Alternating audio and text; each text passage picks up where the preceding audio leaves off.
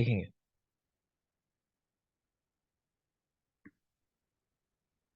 तो chapter number 8 last chapter है, वो हम देख रहे थे। और लास्ट ये बात हुई थी हमारी कि दोषों को शक्ति रूप द्रव्य है, धातुओं को शक्ति युक्त द्रव्य। और हमने ऐसे याद भी किया था कि धातु में ता लग रहा है तो शक्ति युक्त है ना, तो वहां युक्त ता लेटर आ रहा है, तो इस तरह हम रिलेट कर सकते हैं। तो दोष शक्ति रूप द्रव्य है, धातुएं शक्ति युक्त द्रव्य है, और बल शक्तिहीन द्रव्य है। षड धातुआत्मक पुरुष के 56 भाव कहे गए, और प्रत्यंगों की संख्या भी 56 ही है। जो रखिए, आगे देखोगे अभी। तो गणनाथ सेन का नाम लिखा है। गणनाथ सेन ने क्या लिखा सुश्रुत के बारे में? कह रहे हैं शारीरिक सुश्रुत नष्टा, कि शारीरिक स्थान में सुश्रुत जो है वो कुछ खास नहीं है, कि बहुत गलतियां हैं, कहने का मतलब ऐसा कह रहे हैं। ठीक है, इनकी और बुक्स है, यहाँ देख पा रहे हो कुछ और बुक्स के नाम। सिद्धांत दान, प्रत्यक्ष शारीरम, ये सही कर रहे हो ना, प्रत्येक लिख दिया, प्रत्यक्ष, प्रत्येक नहीं है, प्रत्यक्ष है। प्रत्यक्ष शारीरम, त्रिदोष संभाषा परिषद, संख्या पंचक विमर्श, शरीर परिभाषा, ये कुछ और बुक्स हैं इनकी, जरूरी है। सिद्धांत दान, प्रत्यक्ष शारीरम, और त्रिदोष संभाषा परिषद, ये तीनों जरूरी हैं, इनको थोड़ा ध्यान से देखना। अब गणनाथ ने जो कहा सुश्रुत के लिए, तो घाणेकर कहते हैं नहीं, ऐसा नहीं है। शारीरिक सुश्रुत श्रेष्ठ, नाचा नष्टा कथनश्च, कि शारीरिक स्थान में तो सुश्रुत श्रेष्ठ है, उनको नष्ट नहीं कहना चाहिए, ऐसा नहीं कहना चाहिए कि हाँ मुश्किल है। कह रहे व्याख्याने तो परम कष्टा इति में निश्चित मति, कि हाँ इसको इसकी व्याख्या करना जरूर मुश्किल है, काफी मुश्किल है, तो ये तो तय है। लेकिन ऐसा नहीं कि खराब है वो। तो ये भी याद रखना, घाणेकर ने कहा कि ये सही नहीं है, इनका स्टेटमेंट जो है। आयुर्वेद विज्ञान एक बुक है, विनोद लाल सेन गुप्त ने लिखी, बहुत जरूरी है, याद रखना। आयुर्वेद विज्ञान, तो विनोद लाल सेन गुप्त, टाइम 19th सेंचुरी, कुछ खास नहीं, लेकिन ये स्टेटमेंट याद रखोगे। ऊपर वाला और आयुर्वेद विज्ञान बुक जो है विनोद लाल सेन गुप्त की। नेक्स्ट एक और रेफरेंस देख रहे हो आप, पीछे देखकर आए हो, शरीर अव्यवस्थो परमाणु भेदेन अपरिमेय संख्या भवन्ति। ठीक है, तो चरक 4.7 का है। परमाणु अतीन्द्रिय है, अपनी आंखों से देख नहीं सकते हो। परमाणु के संयोग विभाग में वायु कर्म और स्वभाव कारण है ना, ज्यादातर चीजों के मिलने अलग होने में या तो कर्म हमारे कारण होता है, वरना तो वायु, आप जानते हो। तो वैसे ही यहाँ लिखा है। नेक्स्ट देखो।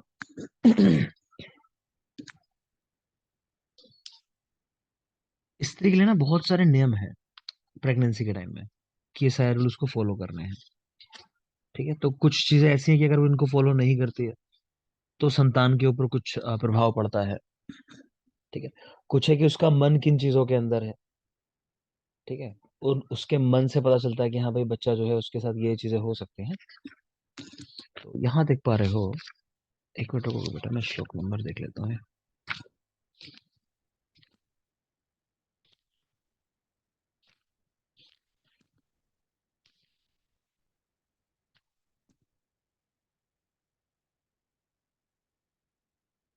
हम्म, ये है बेटा आपकी बुक्स में, गर्भोपघात कर भाव करके लिखे हुए हैं।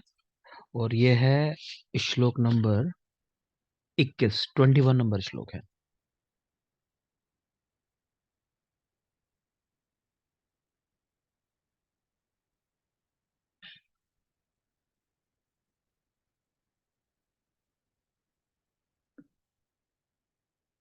देखोगे।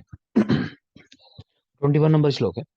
तो यहाँ बता रहे हैं कि स्त्री जो चीजें करती है उसके बच्चे के ऊपर क्या प्रभाव पड़ता है उसका। देख लो कि नक्तचारिणी स्त्री है, कि रात्रि को बाहर घूमने वाली, तो संतान जो है उन्मादी होगी, उन्मत्त संतान। कली प्रिय, लड़ाई झगड़ा कर रही है, तो संतान अपस्मार हो जाएगा उसको। गर्भावस्था में मैथुन करने से संतान स्त्रैण होगी। शोक करने से डरपोक अल्पायु। चोरी करने से संतान परिश्रम करने वाले। गोधा मांस खाने से संतान को शर्करा, अश्मरी और शनैर में ये रोग हो सकते हैं। वराह मांस खाने से रक्ताक्ष, अति परुष रोम, लाल आंखें और बिल्कुल परुष रोम यानी खर कह लो, बल। मछली का मांस खाने से चिरनिमेश, स्तब्धाक्ष, ऐसी संतान जो देर में आंखें बंद करती है अपने को, चिरनिमेश और स्तब्धाक्ष। लवण सेवन से शीघ्र बलि पलित। अम्ल सेवन से रक्त पित्त त्वचा और अक्षी के रोग। याद क्या रखना है इनमें? देखो नक्तचारिणी याद रखना, क्योंकि रिलेट नहीं होता कि रात्रि को घूम रही है तो संतान भी कैसी होगी उसी की तरह, कि भाई माँ पागल है, क्यों घूम रही है बाहर रात को, संतान भी ऐसी उन्मादी है। तो ये याद रखोगे, उन्मत्त संतान। ठीक है, कली प्रिय, लड़ाई झगड़ा करने वाली है ना, तो बच्चों को याद ही नहीं रहेगा हमारी माँ का कुछ झगड़ा हुआ था।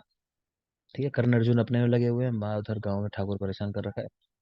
बच्चों को कोई मतलब नहीं, वो अपना उधर सॉन्ग वोंग चल रहे होंगे, उन्हें कोई मतलब नहीं है। अपसमारी हो जाएंगी संतान जो है। ठीक है,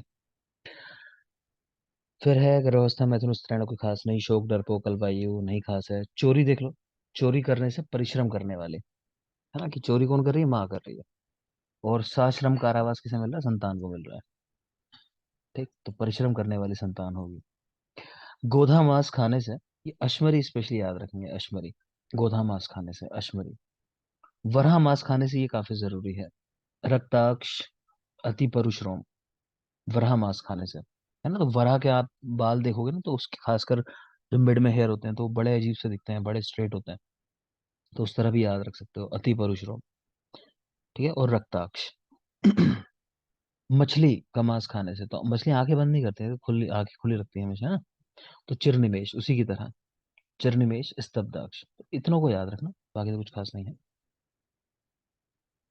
गर्भिणी की चिकित्सा कैसे करनी चाहिए, गर्भिणी को कोई भी ऐसी चीज नहीं देते जो उष्ण हो, तीक्ष्ण हो, या कोई भी ऐसा कर्म नहीं कराते जिसको कराने पे कोई भी कॉम्प्लिकेशन होने का भय हो, जैसे वमन विरेचन है, तो ये चीजें भी नहीं कराते उसको। वो यहाँ लिख रहे हैं कि मृदु मधुर, शिशिर सुख सुकुमार प्राय औषध आहार उपचार, इस तरह की चीजें प्रयोग करनी है। मधुर हो, शीतल हो, सुखकारी, सुकुमार, इस तरह का औषध आहार उपचार इस्तेमाल करना है। क्या नहीं कराना, तो वमन विरेचन रक्त मोक्षण बस्ती सब मना है। वमन, विरेचन, रक्त मोक्षण और बस्ती नहीं कराने हैं। अष्टम मास के बाद मृदुकर्म कराए जा सकते हैं। मतलब कुल मिला के ये कह रहे हैं कि कोशिश तो यही करनी है कि प्रेगनेंसी में कोई भी कर्म एक्स्ट्रा ना कराया जाए, लेकिन फिर भी अगर लगे कि हाँ जरूरी है, तो कह रहे हैं 8वें मास के बाद मृदुकर्म करा सकते हो। गर्भ स्राव होने पर, मतलब अगर ऐसा कि ब्लड स्पॉट दिखाई दे प्रेगनेंसी के टाइम में, तब की बात कर रहे हैं। तो गर्भ स्राव होने पर शतधोत या सहस्रधोत घृत का नाभि पर लेप करने को बताया हुआ है ना, काफी शीतल होता है। तो शतधोत सहस्रधोत घृत, तो ये स्तंभित कर देगा, मतलब रोक देगा उस रक्त को आने से। आम दोष से गर्भ स्राव, तो कह रहे हैं वृद्ध उपक्रमत्वात्। रीजन क्या है, कि देखो गर्भिणी है, उसको मान लो आमदोष हुआ और उसकी वजह से गर्भस्राव हो गया। तो अभी हम बात कर रहे हैं कि प्रेगनेंसी के टाइम में उष्ण तीक्ष्ण चीजें नहीं देनी चाहिए। अगेन आम को आपको पचाना है, तो उष्ण तीक्ष्ण देना पड़ेगा, तो आप दे ही नहीं सकते। तो ये क्या है, वृद्ध उपक्रम, मतलब असाध्य कंडीशन हो गई। जैसा हमने मधु के साथ देखा है कि मधु का जीर्ण जो होता है असाध्य होता है, तो वहां भी आप उष्ण चीजें नहीं दे सकते मधु के साथ। ठीक है, अब कुछ कंडीशन है बच्चे की, तो वो देखोगे, एक उपविष्टक लिखा है यहाँ, एक नागोदर लिखा है, और इसके आगे एक लीन गर्भ लिखा है। तीनों का बेसिक डिफरेंस पहले बता रहा हूँ, क्योंकि मेन वही है। बाकी सब तो ठीक है जो लिखा है, लेकिन मेन वही 3 पॉइंट है जो मैं आपको बोलूंगा। बेटा एक है उपविष्टक। उपविष्टक किसको होता है, वो स्त्री जो उष्ण तीक्ष्ण द्रव्यों का प्रयोग करती है प्रेगनेंसी के टाइम में भी। ठीक है, इसकी वजह से क्या होगा, कि वही कि ब्लड स्पॉट दिखाई दिया, कि योनि से स्राव होने लगा। ठीक है, तो गर्भ जो है उसकी वृद्धि फर्दर रुक जाती है। तो जितना साइज है ना उसका उतना ही बना रहता है, उससे ज्यादा नहीं बढ़ता है, मतलब वही रुक जाता है। ठीक है, तो ये है उपविष्टक। इसमें बच्चे के स्पंदन जो है, मतलब कह लो आपकी उसके फीटल हार्ट मूवमेंट या इस तरह की चीजें जो है, वो सब आप महसूस कर पाते हो नॉर्मली ही, जैसे थी चीजें उपविष्टक के अंदर। ठीक, तो उपविष्टक क्यों हुआ, उष्ण तीक्ष्ण द्रव्यों का प्रयोग प्रेगनेंसी में करने से, जिसकी वजह से गर्भ की वृद्धि नहीं होती, और बच्चे के जो मूवमेंट है वो बिल्कुल नॉर्मल है। एक बात। दूसरा है नागोदर। नागोदर क्यों होता है, उन स्त्रियों को होता है जो स्नेह से द्वेष रखती हैं, बहुत ज्यादा व्रत रखती हैं, है ना, कि बच्चों को न्यूट्रिशन नहीं मिल रहा प्रॉपर उनकी वजह से, कि वो फास्टिंग इतना कर रही हैं, स्नेह नहीं ले रही हैं। तो ऐसे गर्भ की वृद्धि नहीं होती, साथ साथ जो साइज था उसका, उससे भी रिड्यूस होने लगता है बच्चा। ठीक है, जो था साइज उससे भी कम होता है, जबकि उपविष्टक में कम नहीं हो रहा था, बस बढ़ नहीं रहा था। नागोदर में साइज कम भी होने लगता है, प्लस जो बच्चे के स्पंदन मिल रहे थे, यानी जो मूवमेंट मिल रहे थे, वो भी कैसे हो गए, इरेगुलर हो गए, या देर से मिल रहे हैं, स्फुरणम चिराग। और तीसरी कंडीशन है बेटा, जिसको हम बोलते हैं लीन गर्भ। तो लीन गर्भ में क्या है, कि बालक बिल्कुल लीन हो गया, लीन का मतलब गायब हो गया, कि पता ही नहीं चल रहा कहाँ चला गया। ठीक है, तो यहाँ मूवमेंट मिलने की बात ही नहीं बिल्कुल, तो यहाँ कोई भी स्पंदन आपको नहीं मिलेगा। न स्पंदते, यहाँ ये मेन बात है। ठीक है, बाकी देख लो क्या लिखा हुआ है। तो विष्टक पुनर् उष्ण तीक्ष्ण उपयोगाद गर्भिण्या महती संजात सारे गर्भे पुष्प दर्शन स्याद अन्यो वा योनि श्रावस तथा। ठीक है, वही बात है, उष्ण तीक्ष्ण द्रव्य का उपयोग करने से गर्भ चाहे संजात सार था फिर भी पुष्प दर्शन हो जाता है और योनि से श्राव होता है। ऐसा गर्भ वृद्धि को नहीं प्राप्त करता, श्राव होता है। सकाल में अवतिष्ठते अतिमात्रम, ऐसा जो गर्भ है वो लंबे समय तक उदर में बना रहता है ना, क्योंकि हमने देखा है कि बच्चे के जब अंगों का अंग पूरे हो जाते हैं उसके, तो वो प्रसव के लिए प्रेरित होता है। किसने कहा ऐसा कि गर्भ पोषण पाकर पूर्ण अंगों वाला होकर प्रसव के लिए प्रेरित होता है? भेल। भेल ने। और हारित ने क्या कहा भेल। कारण? वैराग्य हो जाता है, और इतने वैराग्य। भाषा से स्वयं से पतित। ठीक है, क्लियर। तो वही चीज है उपविष्टा की, क्योंकि बच्चे का पोषण पूरा नहीं हुआ इसलिए वो लंबे समय तक बना रहेगा, तो ये मतलब टर्म लेबर नहीं रहेगा, उससे भी आगे निकल जाएगा। ठीक है, आगे देखोगे वाग्भट इसमें लिखा है सास्फुरा, इसमें स्फुरन होते हैं तो हम पढ़ ही चुके हैं। नागोदर देखो, उपवास व्रत कर्म पराया स्नेह द्वेषी स्त्री। इन पे सवाल आते हैं, कारण क्या है ध्यान रखना। उपवास करने से, स्नेह से, द्वेष रखने से गर्भ वृद्धि ना प्राप्त होती परिशुष्कत्वात्, गर्भ वृद्धि को प्राप्त नहीं करता और शुष्क हो जाता है। कालम अवतिष्ठते मात्रम, ये भी लंबे समय बना हुआ है उदर के अंदर। आस्पंदन भवती, तो आप इस वर्ड पे फोकस नहीं करोगे, क्योंकि इसको देखोगे तो फिर डिफरेंस कहाँ कर पाओगे नागोदर के अंदर और लीन गर्भ के अंदर, तो पूछता भी नहीं है इसलिए वो। ठीक है, वो ये कहेगा हियते स्फुरणम चिरात, ये वाली बात पे लेता है कि देर से हो रहे हैं स्फुरण, यानी रेगुलरिटी हो रही है। नेक्स्ट है नागोदर और उपविष्ट की चिकित्सा कॉमन ही बताई है। कह रहे हैं भौतिक, जीवनीय, भ्रंगलीय, सर्पी, इनका प्रयोग कराते हैं। आम गर्भ का प्रयोग कराते हैं, आपने पढ़ा है पीछे कि आम गर्भ जो है वो गर्भ को बढ़ाने वाला होता है ना, तो आम गर्भ का प्रयोग। तरुणास्थि, अस्थि को बढ़ाने वाली है। ठीक।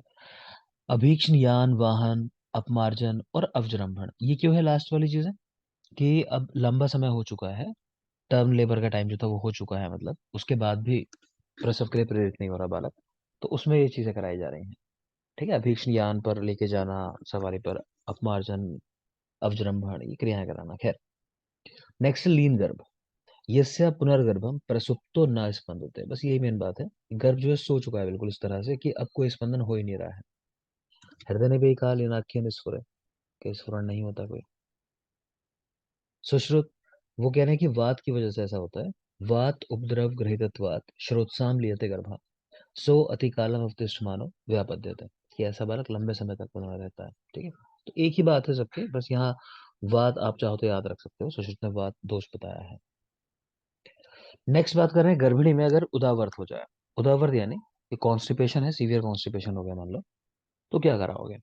तो लिख रहे हैं अगर ये उदावर्त अनुवासन से भी ठीक ना हो, तब निरूह साध्य समझना चाहिए इसको। ठीक। तो इसका जो सवाल आया है एग्जाम में, उसका आंसर क्या लगाया उसने, कि गर्भिणी में उदावर्त की क्या चिकित्सा है, तो आंसर लगाया निरूह। खुद भी लिख रहे हैं कि अनुवासन से ठीक ना हो तब निरूह देनी चाहिए, तो उसी को बड़ा मानो, है ना, लास्ट में आप सबसे बड़ा उपक्रम यूज कराते हो। तो गर्भिणी में उदावर्त हो तो उसकी चिकित्सा है निरूह। कह रहे हैं अनुवासन बस्ती भी जो देनी है वो मधुरक से तेल से देनी है, और गर्भिणी को बस्ती सदैव निब्ज अवस्था में देते हैं, ये याद है आपको ऑलरेडी। गर्भिणी को बस्ती निब्ज अवस्था में। नेक्स्ट चलेंगे मृत गर्भ के लक्षण। अब तक जो आपने तीनों कंडीशन पढ़ी ऊपर, वहां गर्भ के मृत होने की बात नहीं थी, वहां सिर्फ ये था कि कॉम्प्रोमाइज कंडीशन है थोड़ी सी। लेकिन यहाँ क्या है कि गर्भ की मृत्यु हो चुकी है, तो क्या लक्षण मिलेंगे?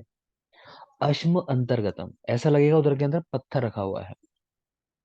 कौरवों के जन्म की कहानी देखोगे ना, तो वो ऐसा ही कुछ था कि उनकी मदर को ऐसा फील होता है कि पत्थर है ना, तो वो जब पत्थर निकलता है, मतलब मांस का पिंड जैसा निकलता है, फिर उसके ये था कि टुकड़े करके वो टेस्ट ट्यूब वाला पूरा कॉन्सेप्ट है फिर उसमें। खैर, तो अमृत गर्भ का लक्षण अश्म अंतर्गतम, कि उधर में कोई पत्थर है। आस्पंदन, है ना, कोई स्पंदन नहीं हो रहा क्योंकि बच्चे की डेथ हो चुकी है। शूलम अधिकम उपजायते, शूल हो रहा है। नाचा आवी प्रादुर्भाव, लेकिन आवी नहीं हो रही है, ट्रू लेबर पेन्स में वो नहीं हो रहा है। योनिम ना प्रसरते, तो जब अप्रसव होता है ना, तो उस समय योनि से श्राव होते हैं। हम लोग शो की बात करते हैं, अगर आप लेबर पढ़ोगे तो उसमें शो एक है चीज, है ना, तो उस तरह की चीजें मतलब, तो वो नहीं हो रही है। ना चास्य वेग प्रादुर्भाव, और कोई भी वेग प्रादुर्भाव नहीं हो रहा है, मतलब मलमूत्र इत्यादि के। तो वहां आप देखोगे नॉर्मल लेबर में क्या होता है कि यूरिन पास हो जाता है, स्टूल पास हो जाता है है ना, इसलिए एनेमा भी देते हैं लेबर में जाने से पहले फीमेल को। ठीक, तो यहाँ वो सारी चीजें नहीं हो रही कुल मिला के। तो यहाँ तो कुछ खास नहीं है, एक सुश्रुत का नाम लिख के यहाँ छोड़ दिया है। मैं आपको मेन पॉइंट बता रहा हूँ, सुश्रुत में जो जरूरी है वो लिख लो बस। लिखो, भवत्य उच्छ्वास पुतित्वम, कि स्त्री की श्वास में दुर्गंध आती है। तो लिख लो आप इसके आगे सुश्रुत जहाँ लिखा हुआ है, श्वास में दुर्गंध आना, भवत्य उच्छ्वास पुतित्वम, कि श्वास में दुर्गंध का आना। तो ये है अंतर्मृत गर्भ का लक्षण। नेक्स्ट चलेंगे चिकित्सा। तो चिकित्सा में कह रहे हैं कि भाई ये जो गर्भ है इसको तो मालूम निकाल ही देना है। अब चाहे फुल टर्म है चाहे नहीं है, अगर डेथ हो गई है तो गर्भ को तो रिमूव ही करना है। और कह रहे हैं जरायुपातन कराना है, प्लेसेंटा को भी रिमूव करना है। यदि परिपक्व गर्भपात हो तब उसी दिन से स्नेह का प्रयोग कर सकते हैं। तो यहाँ कॉन्सेप्ट बेटा ये है कि अगर आम गर्भ है, आम गर्भ यानी फुल टाइम नहीं हुआ है, अभी 37 हफ्ते नहीं हुए हैं, तो उसके पहले की जो कंडीशन है वो आम की ही है, वो आम गर्भ है। तो अगर आम स्टेज थी यानी बीच का कहीं टाइम था जब बालक की डेथ हुई, तो उस कंडीशन में तो कह रहे हैं कि आप तुरंत स्नेह का प्रयोग नहीं करा सकते हो। पहले आपको जो भी आम होगा और साथ में उसको पचाना होगा। लेकिन अगर फुल टर्म का लेबर है तो आप शुरुआत से ही स्नेह का प्रयोग करा सकते हो, जैसा कि कराते ही हैं डिलीवरी के बाद महिलाओं को। ठीक है, तो परिपक्व गर्भपात हो तब उसी दिन से स्नेह का प्रयोग करना चाहिए। नेक्स्ट कंडीशन आती है 21। तो 21 मैंने बताया आपको कि स्ट्रे मार्क्स जो होते हैं उनको बोलते हैं, 7वें माह की कंडीशन है। ठीक, बाकी यहाँ देख लो। तो भगवान आत्रेय के अनुसार गर्भ उत्पीड़नात् वात पित्त श्लेष्माणम उरहा प्राप्य विदाहम जन्यन्ते। ठीक है, गर्भ के उत्पीड़न से वात पित्त कफ दोष मिलकर क्या करते हैं, उरहा प्रदेश में गए और वहां विधा उत्पन्न करते हैं। ततः कंडु रुक जाते, इसके बाद कंडु होती है। कंडु मूलाम च किक्किस सावाप्ति भवति, कह रहे हैं कि इसकी वजह से क्या होता है, किक्किस रोग उत्पन्न हो जाता है। तो इन्होंने किक्किस का कारण किसको माना, गर्भ को माना मेनली, कि गर्भ के उत्पीड़न से ये दोष जाके उरहा प्रदेश में विधा उत्पन्न करते हैं, ऐसा करके। वाग्भट देख रहे हो, उन्होंने उरहा की जगह लिखा है हृदय को प्राप्त करके विधा उत्पन्न करते हैं दोष। ठीक है, तो ये दोनों ही चीजें कुछ खास है नहीं, इनमें सवाल नहीं आते, सवाल आते हैं चक्रपाणी वाली पॉइंट्स पे, तो वो पढ़ोगे आप। चक्रपाणी ने केशों की उत्पत्ति तीसरे मास में ही मानकर गर्भ उत्पीड़न को ही किसका कारण माना। तो उन्होंने भी यही कहा कि भाई देखो, केश की वजह से नहीं होता, केश की उत्पत्ति तो तीसरे मास में हो जाती है, तो गर्भ उत्पीड़न ही कारण है किसका। ठीक है, और 7वें मास में कंडीशन डेवलप होती है, और इसमें क्या होता है, चर्म विदार, त्वचा जो है स्किन जो है फट जाती है मतलब। ठीक है, इंदु क्या लिखते हैं किस के बारे में, इंदु वाग्भट के टीकाकार कह रहे हैं रेखाकार त्वक संकोच किक्किसम, कि ये रेखा के समान त्वक संकोच है, मतलब स्किन के कह लो आप, वहां पे आपको कॉन्स्ट्रिक्शंस दिखाई दे रहे हैं इस तरह के, और है कैसे, लाइनर, लाइन में। ठीक है, तो ऐसे तो होते हैं किस अगर देखोगे तो इस तरह का पैटर्न होता है मतलब। वही चीज है रेखाकार त्वक संकोच, ये इंदु ने कहा। सवाल पूछ चुका किसने कहा है, रेखाकार त्वक संकोच किसको, तो इंदु ने कहा है। हृदय के टीकाकार है रुंद, ठीक है, वो तो संग्रह के हैं, और ये हृदय के हैं रुंद। तो वाग्भट के विधा से उन्होंने हाथ और पैर का दाह और किक्किस से रेखा के समान आकृति या शूक सदृश्यता, शूक जो होते हैं, ठीक है, तो उससे रिलेट किया है अरुंधत में। सेम ही बात है लगभग, जैसा इंदु ने कहा। भेल, सप्तमे तो खरु मासे गर्भ प्रपीड़िता, कि 7वें मास में गर्भ जो है वो पीड़ित करता है स्त्री को, और तब ये किस डेवलप होता है। सेम ही बात इनकी भी है, तो कुछ अलग से नहीं याद करना। चक्रपाणी वाली बात ही इनमें मेन है, और या फिर इंदु वाली, कि त्वक संकोच है कि किस जो है रेखा की आकृति में। चिकित्सा पे आ जाते हैं कि किस रोग की क्या चिकित्सा है। तो मधुर औषधियों से सिद्ध किया हुआ नवनीत बहुत जरूरी पार्ट है, सवाल यहाँ से भी आते हैं। तो मधुर औषध से सिद्ध किया हुआ नवनीत, नवनीत यानी मक्खन जो होता है ताजा वो। ठीक है, 1 कर्श की मात्रा में कोल क्वाथ से लेते हैं, बेर के क्वाथ से, 1 कर्श की मात्रा कोल क्वाथ से। चंदन मृणाल कल्क का लेप, चंदन और मृणाल इसके कल्क का लेप, प्रशरत, हिरन, शशरुधिर, है ना, इन जानवरों का रक्त इस्तेमाल कर रहे हैं। और त्रिफला, ये स्पेशली याद रखोगे, शशरुधिर यानी खरगोश का रक्त, और त्रिफला, ऊपर ये चंदन मृणाल कल्क, ये भी याद रखोगे, इसका प्रयोग करते हैं। नेक्स्ट बता रहे हैं कि महिलाओं को जो मासिक परिचर्या बताई जाती है प्रेगनेंसी के समय कि भाई ये चीज फॉलो करनी है आपको, उससे क्या लाभ मिलता है। चर्म नखानी चा मार्दवम उपायंते, कि चर्म और नख ये सब जो है ये मृदु रहते हैं। ठीक है, कोई खास बात नहीं है। नेक्स्ट, गर्भिणी के लिए 9वें मास के पूर्व ही सूतिका गृह का निर्माण करवा देना चाहिए, क्योंकि चरक का आपने देखा प्रसव काल 9-10 माह है, सुश्रुत का 9-10-11 बार हमने देखा है। तो कह रहे हैं वेट नहीं करेंगे भाई, 9 मंथ पे लेके जाएंगे वहाँ, तो उसके पहले ही आपको अपना प्रिपेयर रखना चाहिए सूतिका गृह। और कैसे बनाना चाहिए, प्राग द्वारम उदक द्वारम हुआ, कि उसका द्वार जो है पूर्व की ओर या उत्तर की ओर हो। बिल्व, तिंदुक, इंगुदी और भल्ला तक इनकी लकड़ी से बना हुआ हो। बिल्व, तिंदुक, इंगुदी या भल्ला तक की अग्नि से, माफ करें, काष्ठ लकड़ी से बना हुआ हो। चरक और वाग्भट, कह रहे हैं सूतिका गृह में हर एक स्त्रियां होनी चाहिए हेल्प करने के लिए। चरक और वाग्भट ऐसा कहते हैं। सुश्रुत सिर्फ 4 स्त्रियों की बात करते हैं, नहीं 4 से ज्यादा नहीं, 4 हो। तो चरक वाग्भट सूतिका गृह में अनेक स्त्रियां हो, सुश्रुत 4 स्त्रियां हो। सेम धात्री का कॉन्सेप्ट है, पीडिया में आप लोगों ने, अच्छा आप लोगों ने पढ़ा नहीं पीडिया पे, ठीक है। तो धात्री बेटा क्या है, धात्री चाहे तो बच्चे की माँ समझ लो आप, चाहे धात्री कोई भी वो स्त्री जो बच्चे को संभाल रही है, मतलब, है ना। और धात्री का सारे काम है जो मदर के काम है ना, बालक को स्तनपान कराना तो ये भी हमारे इस कॉन्सेप्ट में है, बच्चे को संभालना तो वो सब होता है। तो धात्री अष्टांग हृदय ने कहा 2 धात्री होनी चाहिए बालक की।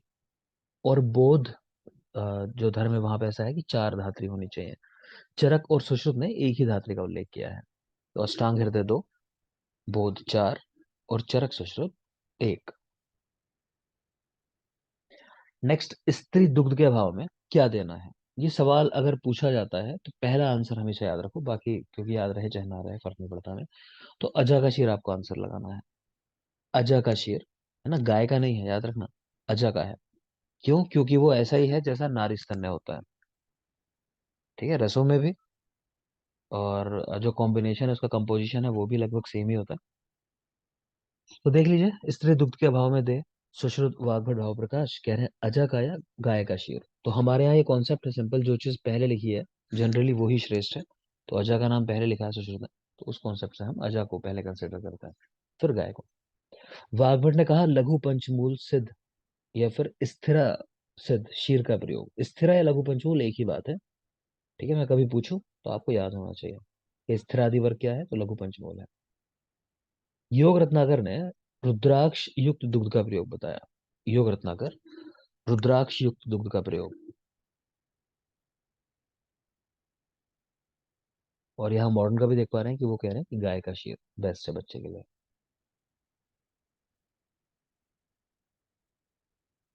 यामिनी,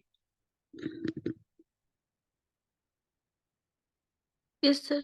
गाय के दूध में और भैंस के दूध में क्या डिफरेंस है मेन, किसको देते हैं भैंस का दूध, सर मतलब सर जो भैंस का दूध है वो शतशीन वालों को देते हैं। रूपाली, कुछ शब्द बताए होंगे मैंने, जब बताया होगा कि भैंस का दूध यहाँ हितकर है, मतलब यहाँ देना है। सर अर्श में। लक्ष्मी, सर निंद्रा मतलब इनके रस के अंदर तो निंद्रा उसमें लाने वाला, ला सकते। ठीक है। अनिद्रा में देते हैं, अत्यग्नि रोग में देते हैं, किसी की अग्नि अधिक बढ़ी हुई हो कि गुरु होता है, ठीक है, निद्रा ना आती हो।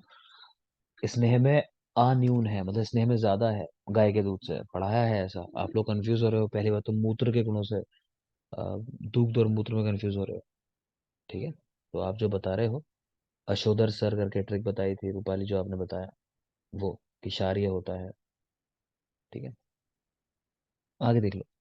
तो रिवीजन करते रहो बेटा, सिर्फ पढ़ना जरूरी नहीं होता। वो वाली कहानी सबने सुनी होगी बचपन में कि एक आदमी था, उसने कहा कि राजा से कि मुझे जमीन दे दो। राजा ने कहा ठीक है, जितना नाप लेगा दिन भर में उतना तेरी, जितना नाप ले, शाम को लेकिन लौट के आना। वो इतना लंबा निकल गया ना कि शाम को लौट नहीं पाया। और जब लौटा, भागा भागा भागा भागा, तो क्या हुआ था, डेथ हो जाती है उसकी, मर जाता है ना, वहां पहुंच नहीं पाता जहां तक पहुंचना था उसको। तो क्या मिलता है एंड में जाके इतना दौड़ने के बाद, कुछ भी नहीं, है ना। तो जब दौड़ो इतने सारा तो ध्यान रखो कि अपनी जगह वापस पहुंच जाओ। पहुंच नहीं पाए तो सारा दौड़ना बेकार है।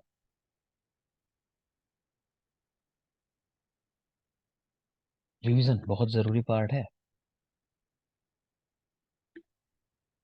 देखिए आगे, सूतिका ग्रह में संग्रह योग्य वस्तु है, कुछ चीजें इकट्ठा करके रखनी है सूतिका ग्रह के अंदर। वो क्या क्या चीजें हैं? अश्वनो दो मुसलचा, दो उलूखल, खर वृषभ, दो तीक्ष्ण सूची, स्वर्ण रजत के बने पात्र, बिल्व से बने पलंग, तिंदुक और इंगुदी की लकड़ी अग्नि जलाने के लिए। तो देख लेना, दो पत्थर हैं। तो जब बच्चा होता है ना, तो उसके कान के पास इन पत्थरों से आवाज की जाती है। ठीक है, तो इसका आगे रोल पड़ेगा। दो मूसल रखने की, कुछ भाई एक नई जगह पे आप रह रहे हो, कुछ भी कूटना पड़े, कुछ भी हो तो जरूरत है। दो उलूखल, है ना, फिर खर है, गधा यानी वृषभ बैल है, सामान उमान लान ले जाने के लिए मान लो होगा। दो तीक्ष्ण सूची है, तो वही उस समय जरूरत पड़ेगी लास्ट में। स्वर्ण रजत के बने पात्र हैं सूची रखने के लिए, उनको साफ रखने के लिए। बिल से बने पलंग, तिंदुक और इंगुदी की लकड़ी अग्नि जलाने के लिए। तो ये ध्यान रखना, लकड़ी कौन सी जलाई जा रही है, तो तिंदुक और इंगुदी की लकड़ी जलाई जा रही है। भूल जाते ऐसा करो, अरे इतनी लकड़ी जलाई जा रही है ना, इतनी। कई लोग कहते हैं इतनी को इतनी कहते हैं, इतनी जलाई जा रही है लकड़ी को, इतनी यानी इंगुदी और तिंदुक, तो याद रह जाएगा। नेक्स्ट है, नवम मास प्रारंभ होने पर मैत्र मुहूर्त में प्रथम गाय ब्राह्मण आदि को प्रवेश दें, और नांदी मुख फल ये ब्राह्मण को दें। मतलब ये दान करने को कहा है इस तरह की चीजें, कि उसमें भी पहले क्या करो आप, जब नवम मास एंटर कर रहे हो, तो पहले गाय को अंदर एंटर कराओ, ब्राह्मण को कराओ, क्योंकि ये जो है मतलब निगेटिव एनर्जी कुछ है अगर, तो मतलब कि उसको इनको देख के चली जाएंगी। या फिर मान लो कोई हिंसक पशु आगे बैठ गया, आपने घर बना दिया जंगल में, तो पहले इन पे अटैक होगा। लेडी तो बच नहीं पाएगी ना, लेकिन ये जानवर है या फिर ब्राह्मण है कि वो तैयार है, मेंटली प्रिपेयर्ड है कि बचना पड़ सकता है, उस तरह से। प्रसव कालिक लक्षण, क्या कैरेक्टर दिखाई देते हैं? माफ करें, प्रजनन काल अभिमत होने पर, तो प्रजनन काल की बात आ गई, लास्ट की बात है बिल्कुल ये। तो कह रहे क्लमो गात्राणाम ग्लानिर आनस्य अक्षणो शैथिल्यम विमुक्त बंधत्वम इव वक्षसा कुक्षेर अवसंचनम अधोगुरुत्वम वंक्षण बस्ति कटी कुक्षी पार्श्व पृष्ठ निस्तोद योने प्रश्रवणम अन्न न अभिलाषश्चायते ततो अनंतरम आविनाम प्रादुर्भाव प्रसेकश्च गर्भोदकस्य। तो समझ में आ रहा है कि ये सारी की सारी वो कंडीशंस हैं। ये तो दिखाई दे रहा है कि भाई अब लेडी जो है पेन में जा रही है, लेबर पेन में, है ना। तो क्या क्या हो रहा है? क्लम हो रहा है, ग्लानि आननस्य, अक्षियों का शिथिल होना। तो कुछ कैरेक्टर आप पहचान लोगे जहां से। एक कह रहे हैं विमुक्त हो जाना बंधनों से, ऐसा लगता है वक्ष प्रदेश जो है वो थोड़ा लाइट हो गया।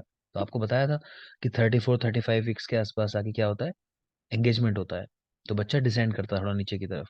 तो जब वो चीज़ होती है, तो लेडी को ऐसा लगता है कि अब मुझे सांस खुल के आ रहा है, ज़्यादा बेहतर लग रहा है, हल्कापन महसूस होता है। लेकिन क्योंकि बच्चा नीचे की तरफ चला गया, हेड जाके एंगेज हो गया, तो निचला हिस्सा जो है वहां भारीपन लगता है। तो वही कह रहे हैं अधोगुरुत्व। ठीक है। वंक्षण बस्ती कटी कुक्षी पार्श्व प्रश्न स्तोद, वेदना तो होगी होगी, जो भी पेल्विक रीजन है खासकर वहां पूरे एरिया में। योनि से श्राव होना, हमने शो की बात की, है ना। तो योनि से श्राव हो रहा है। और प्रसेकश, ये देखो यहाँ पे आवी नाम प्रादुर्भाव, आवी का प्रादुर्भाव हो रहा है। और प्रसेकश्चा गर्भोदक से, ठीक है, तो वाटर बैग होते हैं वो रप्चर कर जाते हैं, तो गर्भोदक का प्रसेक होना। तो इजी है आइडेंटिफाई करना, अगर श्लोक कभी आ जाए पहचान लेना। आवी प्रादुर्भाव है तो भूमो शयनम। अब कह रहे हैं जब आवी का प्रादुर्भाव होने लगा, जब पेन आने लगे हैं, तो अब स्त्री को कहो कि भाई जमीन पर लेटना है, भूमि शयन। कि ऐसा ना हो एकदम से बच्चे जो डिलीवर हो जाए और इंजरी हो जाए उसको, तो जमीन पे होना चाहिए स्त्री को। अनागत प्रसव, नहीं हो रहा है प्रसव, तब क्या होगा? तो क्या करोगे? कुष्ठ, एला, लांगली, वचा, चित्रक, चिरबिल आदि का चूर्ण सूंघने के लिए देना है स्त्री को। तो आप तो ऐसे याद कर लो, कुष्ठ आदि द्रव्यों का चूर्ण सूंघने के लिए देना है। भूर्ज पत्र धूम करना है, शिंशपा सार धूम करना है। ठीक है। यामिनी, भूर्ज पत्र का नाम क्या है, बॉटनिकल नेम?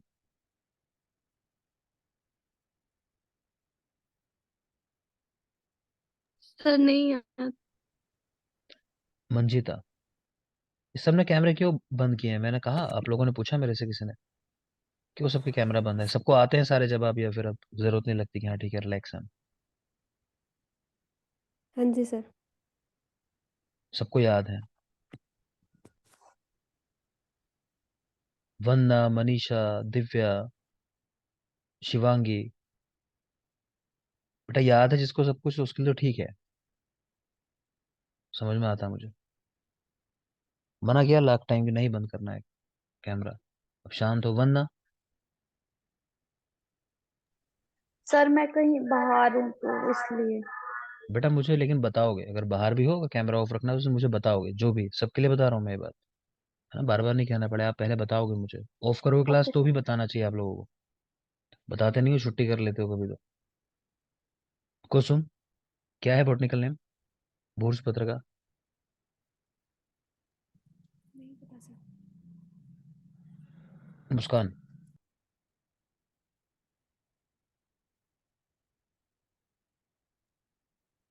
सर याद नहीं आ रही। किसको याद है? सर बैटुला यूटिलिस। ठीक है ना, सबको याद करने को दिए हैं। मैं चाहता नहीं कि याद होता आपकी, कोई जरूरी है भी नहीं, कहीं पूछा भी नहीं जाएगा शायद। लेकिन अगर आपने ईमानदारी से पढ़े होते जो मैंने होमवर्क दिया था, तो आप इतना जरूर कहते कि कुछ सर बी से है, या कुछ यूटिलिटी कुछ करके है, कुछ ना कुछ तो ध्यान आता आपको, अगर आपने पढ़ा होता तो उतना ही बस चाहिए था। एग्जाम में आइडेंटिफाई हो जाता है फिर। लेकिन उधर रिवीजन भी नहीं चल रहा है, वो चीजें भी नहीं की जा रही जो कही जा रही हैं।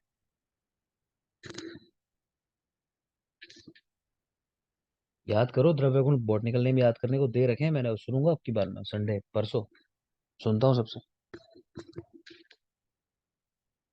तो कुष्ठ, एला, लांगली, वचा, चित्रक, चिरबिर आदि का चूर्ण सूंघने के लिए देना है, तो कुष्ठादि द्रव्यों का चूर्ण। भूर्ज पत्र धूम, शिंशपा सारधूम, इसके लिए भी कह रहे हैं भूर्ज पत्र और शिंशपा सारधूम।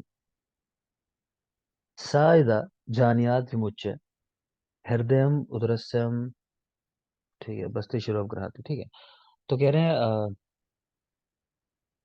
जो बालक है जब वो आगे बढ़ता है, मतलब छोड़ के शरीर, जो हम कह रहे हैं कि इंगेजमेंट जो हो जाता है, तो नीचे की तरफ जब बढ़ता है ना, तो बस्ती में बस्ती प्रदेश के आसपास जाता है, सिर जो है वहां पहुंच जाता है, ये कहना चाह रहा है। तो कोई खास बात नहीं है, कोई बस वही डिसेंड हो रहा है, बताया। आदि उत्पन्न ना होने पर भी प्रवहन करने पे, ये जरूरी बात है कि पेन नहीं आ रहा है ना, ट्रू लेबर पेन जो वो नहीं आ रहा है, लेकिन क्या किया, तभी प्रवाहन किया जा रहा है, स्ट्रेनिंग की जा रही है बच्चे को बाहर निकालने के लिए। तो उससे क्या हो जाएगा, प्रजा चास्य विकृता, विकृति मापन्ना चा, श्वास का शोष प्लीहा प्रसक्ता व भक्ति। कि इससे क्या है, प्रजा यानी संतान जो है, उसमें विकृति हो जाती है, कई बार उसके हेड के ऊपर अननेसेसरली इतना फोर्स लग रहा है, ठीक है, तो वो सही नहीं है। तो कहने से विकृति उत्पन्न हो जाती है बच्चे में, श्वास का शोष प्लीहा, ये रोग उत्पन्न हो जाता है, श्वास काश शोष प्लीहा रोग, ये उत्पन्न हो जाता है।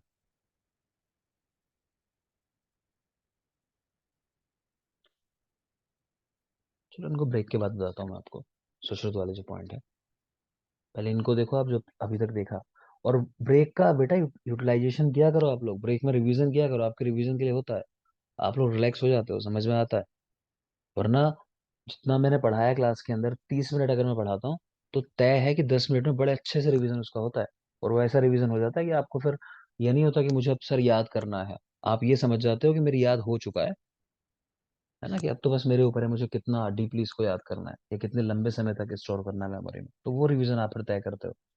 लेकिन मेरा पढ़ाया हुआ इतना टाइम इसीलिए लेता हूँ मैं, कि एक श्लोक आपको एक्सप्लेन कर रहा हूँ, चीजें समझा रहा हूँ, मतलब बताता हूँ, कहानियां साथ में जोड़ता हूँ, है ना, आप फिर भी नहीं समझोगे उसे तो नुकसान करोगे। ठीक है, ब्रेक लो, वापस आओ, कंटिन्यू करता हूँ, 10 मिनट, थैंक यू।